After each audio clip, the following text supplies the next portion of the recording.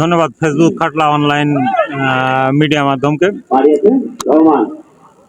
সাতব্রিজ সপ্ত সেতু football tournament 2025-এর প্রথম সেমিফাইনাল আমরা উপভোগ করছি।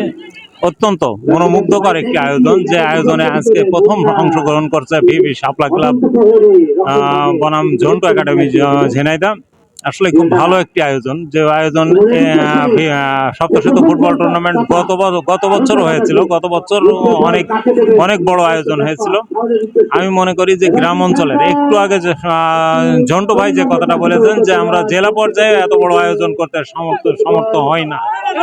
আসলেই যে সপ্তসেতু ফুটবল টুর্নামেন্টটি সাতব্রিজের একটি প্রত্যন্ত অঞ্চলে অনুষ্ঠিত হচ্ছে। এই প্রত্যন্ত অঞ্চলে আয়োজক কর্তৃপক্ষ যে সুন্দর আয়োজন সম্পন্ন করতে চলেছে, তাদেরকে আন্তরিক ধন্যবাদ জানাই আমরা এলাকাবাসীর পক্ষ থেকে।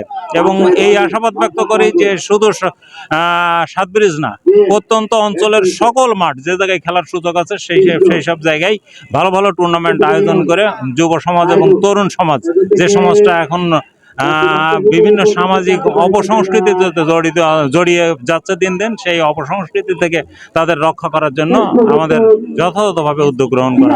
ধন্যবাদ সবাইকে।